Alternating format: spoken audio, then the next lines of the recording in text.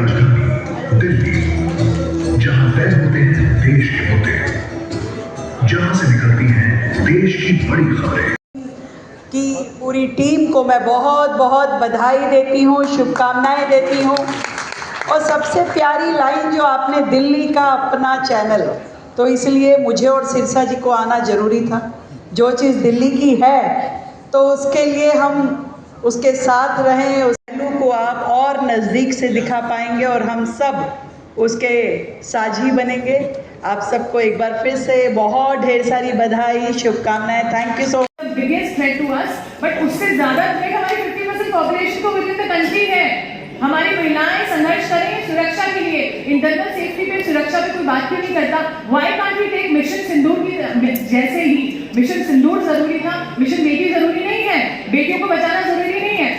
मैं पिछले एक हफ्ते से लगातार गाजियाबाद में 4 साल, 5 साल, 3 साल की बच्चियों की, गाजियाबाद से दिल्ली एनसीआर के पास से रोज एक केस आ रहा है। गैंग, आप पढ़ते होंगे, गैंग रेप, मर्डर। ये है हमारा मतलब इंडिपेंडेंट नहीं है, हम गुलाम हैं। हम जब तक हमारी बेटियां सुरक्षित नहीं होंगी, जितनी भी बात करें, हम चाइना से प्रोटेक्ट कर लेंगे, पाकिस्तान से प्रोटेक्ट कर लेंगे, अमेरिका से, इजराइल, जो भी मतलब चल रहा है वगैरह से करेगा। यहाँ पर तो जो हमारी बेटियां with in 4 walls, with in the house, with in the country सुरक्षित है, उसकी कोई बात नहीं करता। क्या डिजर्विंग नहीं है? तो ये बहुत एक गंभीर मुद्दा है। एक छोटी सी बात और कहना चाहूँगी, मेरी फ्रेंड ने बहुत अच्छी बात बोली, अमरने की सिलेबस में होना चाहिए, जो जेंडर का एक मुद्दा है। आपको मालूम है जब निर्भया के केस हुआ उसके बाद से हमने पूरा डिटेल स्टडी किया, बनाया। Rather I was a committee member then, पूरा बना के उनको सिलेबस दिया हमने। Then the government, Congress government, HRD minister को कि ये सिलेबस में डालिए, यही बदलाव लाएगा। जब तक आप सिलेबस में नहीं लाएंगे, बच्चे नहीं समझेंगे। ये भी एक जरूरी काम है। You know what happened to that? It went to dustbin. Dustbin में धूल खा रहा है वो आज तक। उसके बाद ये करंट गवर्नमेंट है, इनको भी हमने रिप्रेजेंटेशन दिया, again went to the dustbin. तो ये प्रायोरिटीज ही नहीं है। प्रायोरिटी है कि जो वोट बैंक को, हाँ, मिसाइल से हमला कर दिया, यहाँ पे वो जरूरी है क्योंकि वो आंतरिक सुरक्षा भी जरूरी है, पर ये सुरक्षा के लिए कोई काम नहीं होना चाहिए। सुरक्षा का हिस्सा है। अपने घर से आगे अपनी बेटियां सुरक्षित नहीं है, अपने बॉर्डर की सुरक्षा करनी है, तो क्या फायदा? बिल्कुल सही बात। अमर वैद्य जी, आपको क्या लगता है कि ये बिल अगर पास हो गया तो कितनी सुरक्षा या फिर कितना आरक्षण या फिर सशक्तिकरण कितना होगा महिलाओं का? महिलाओं की भागीदारी या पॉलिटिकल रिप्रेजेंटेशन बढ़ती है तो डेफिनेटली महिलाओं की बात रखेगी, ज्यादा बेहतर तरीके से महिलाओं के मुद्दों को समझती हैं, जो खुद उन सारी चीजों से गुजरती हैं। हम महिलाओं के दर्द को समझने, महिलाओं के अधिकार के लिए, सुरक्षा के लिए हम लोग काम करते हैं। योगिता भी काम करती है, मैं भी काम करती हूँ, क्योंकि हम उस सारी चीज को बहुत नजदीकी से समझ सकते हैं। तो महिलाएं ही आगे महिलाओं को ले जा सकती है, क्योंकि कहीं ना कहीं हमारे देश में जो कानून व्यवस्था है उसको लेकर लोगों के दिल में कहीं ना कहीं अभी वो भरोसा नहीं है।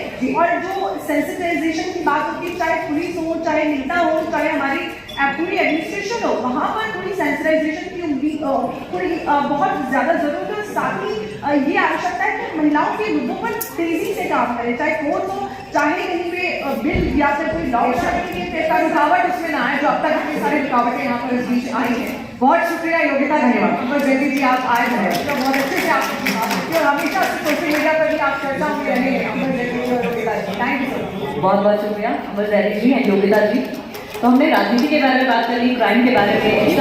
दिल्ली एनसीआर लॉन्च हुआ है, हमारे साथ खास मेहमान दिल्ली विधानसभा के अध्यक्ष विजय गुप्ता जी मौजूद है। आपका लॉन्च हुआ है, दिल्ली का चैनल लॉन्च हुआ है, सर आपको कैसा लगता है?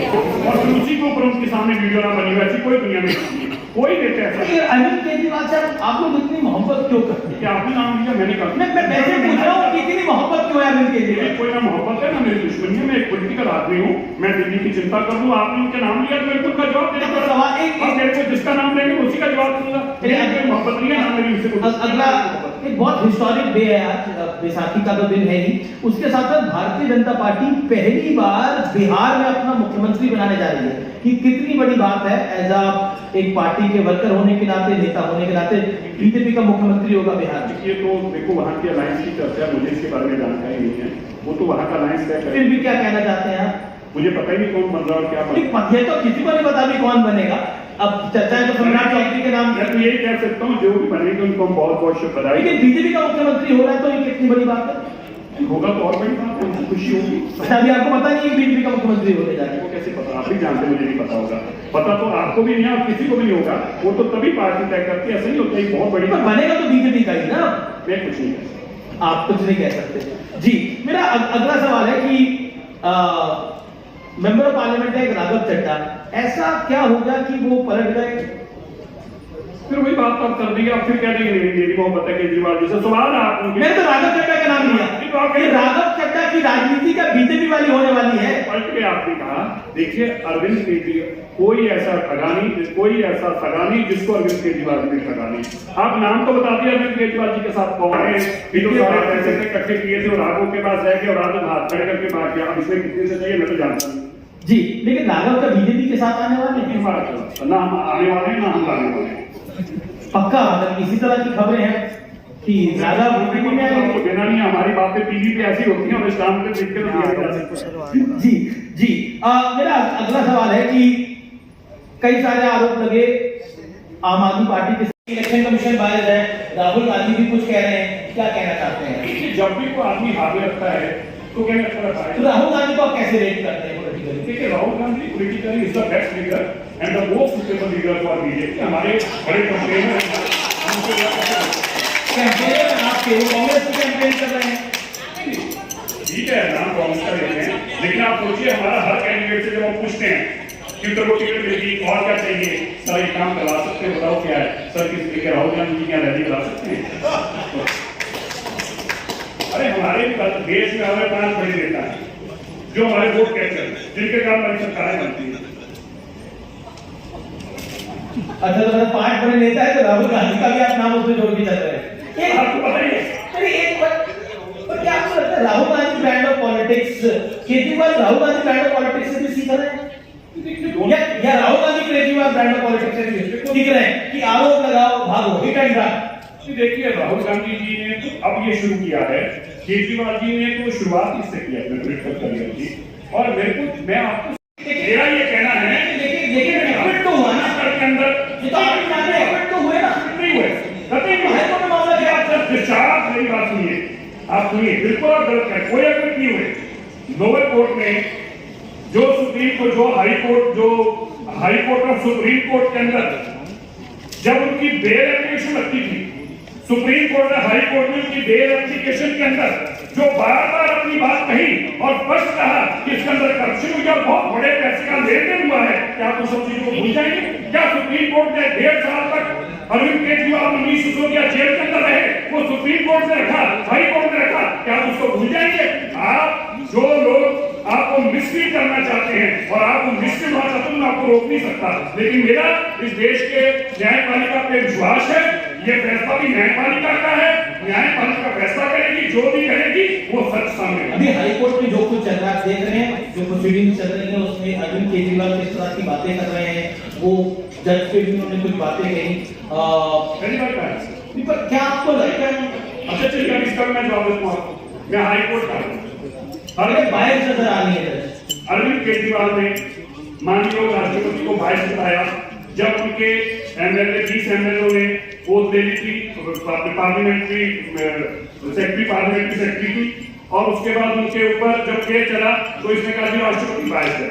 अरविंद केजरीवाल जी ने इलेक्शन कमीशन को बायस बताया, अरविंद केजरीवाल जी ने सीएजी को बायस बताया, अरविंद केजरीवाल जी ने आर्मी को पॉलिटिकल बताया, अरविंद केजरीवाल जी ने एयरफोर्स को गलत बताया, अरविंद केजरीवाल जी ने नेवी को गलत बताया, अरविंद केजरीवाल जी ने हाई कोर्ट सुप्रीम कोर्ट को गलत बताने को नहीं बात बता रही। आज तक अरविंद केजरीवाल जी ने ठीक इसको बताया हुआ है। इलेक्शन कमीशन की आपके बात नाम दे दीजिए, आप मुझे इतना बता दीजिए अरविंद केजरीवाल जी ने अपने अलावा आज तक ठीक किसको कहा है, उसका दूसरे आदमी का नाम तो बता दीजिए। और अगर खुद ही कहते हैं मैं ये कहना ठीक है, कहते मनीष सिसोदिया ठीक है, संजय ठीक है, वो तो कहते हैं कि उसको शराब वाला है जिसने शराब एक के साथ एक बोतल घर घर तक पहुंचा दी, उसको कहते हैं उसको बात बोतल दे दो। बताइए भारत को तो उसको देना जिसने एक के साथ एक बोतल घर घर तक पहुंचा दी। देखिए इलेक्शन कमीशन का कोई मंत्री है जो जेल नहीं गया, तो पंजाब है, पंजाब में उनके 5 मंत्री जेल जा चुके हैं, हमने नहीं किए, उन्होंने बंद किए हैं। पंजाब में उनके 8 एमएलए करप्शन के केसेस में बंद हुए हैं, 5 उनके एमएलए दलील दी कि देश के गृह मंत्री ने बोला कि अभी तो हाई कोर्ट भी जाना है। वो कह रहे देश के गृह मंत्री कह रहे हैं कि हाई कोर्ट में ये फंस जाएगा। ये अरविंद केजरीवाल ने स्वर्णकांता शर्मा जो हाई कोर्ट की जज है उसके सामने ये बयान बोला, वो खुद ही अपना केस लड़ रहे। मैं आपको बताना चाहता हूं पंजाब के अंदर सुरेश सैनी, एसएस संधू, जिनको लोअर कोर्ट ने क्विट किया, जिनको हाई कोर्ट ने क्विट किया, बाद में सुप्रीम कोर्ट में आए, सुप्रीम कोर्ट ने सजा दी। सज्जन कुमार जिसको लोअर कोर्ट ने क्विट किया, सेशन कोर्ट ने क्विट किया, हाई कोर्ट ने सजा देकर जेल में बंद किया, आज तक जेल के अंदर है। क्या जब तक कोर्ट के न्याय पर स्थिर है क्या आपका विश्वास उठ जाएगा?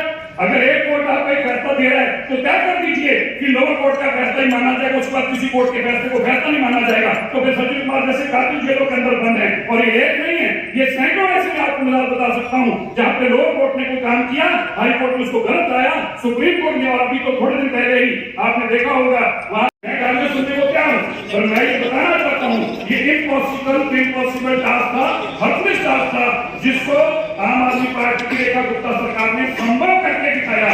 लेकिन जब भी हमने क्या कहा था कि हमारी प्राइस कर रही है, जब भी देश के अंदर उसका मजाक नहीं गया, कोई चंद्रमा पे नहीं गया, उसके लिए भी 10 फेलियर हुए हैं। अगर कोई पहाड़ों पे भी गया है, उसके लिए भी 20 फेलियर हुए हैं। कोई काम की करने की हिम्मत रखनी चाहिए। जब आप काम करने के जज्बा रखते हैं तो बड़ी से बड़ी बुलंदियों को भी आप लेकिन उसी बात का मजाक उड़ाया गया। आप अनाउंसमेंट करके गए 4 बजे तक बारिश हो जाएगी, वो बारिश नहीं हुई। बताइए मुझे, यही आरोप लगाया गया, यही मजाक उड़ाया गया। कहे चाहे उसमें मजाक को मैं कैसे रोक सकता हूँ? भाई कोई आदमी आरोप भी लगाया गया, कोई इतना आदमी हताश है। आप बताइए जो आदमी पहली सीढ़ी नहीं चढ़ पाया वो हमसे पूछ रहा है कि आप 4 मंजिल चढ़ गए, 5वीं क्यों नहीं चढ़ पाए? जो आदमी पहली सीढ़ी नहीं चढ़ पाया वो हमसे पूछ रहा है कि तुम 4 मंजिल तो चढ़ गए, 5वीं क्यों नहीं चढ़ पाए? इसके हंसने को एक चुनाव के बाद अरविंद केजरीवाल से आपका आमना सामना हुआ कभी? भगवान ना करे उससे किसी का भी हो। क्यों? मतलब दिल्ली के 2 टाइम के 3 टाइम के सीएम है, पंजाब में उनकी सरकार है, पंजाब की बर्बाद करके 10 साल दिल्ली बर्बाद कर दिए थे, पंजाब बर्बाद कर दिए। देखिए पंजाब भगवंत मान अच्छी सरकार भी चला रहे हो। भगवंत मान का नाम क्यों? केजरीवाल को जो चला रहा है भगवंत मान तो हो रहा है, वो कहां सरकार चला रहा है? हो रहा है कहां पर?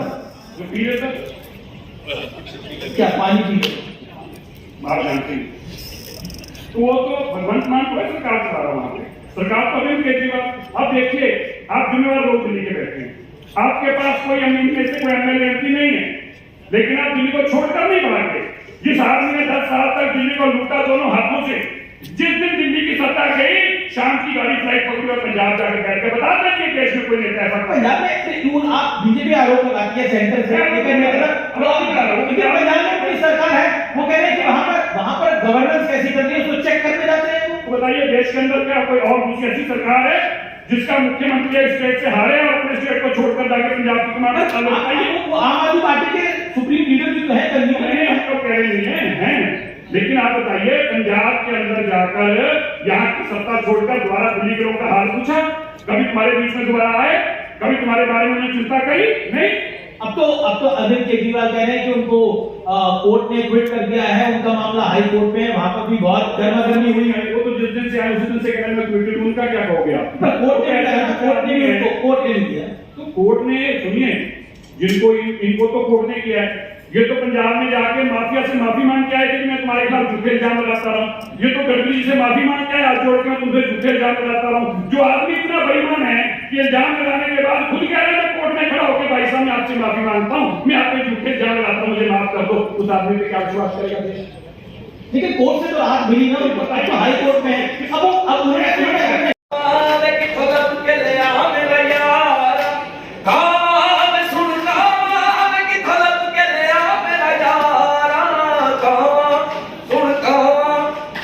दब के ले आ मेरा यारा। क्या बात है, क्या बात है, क्या बात है।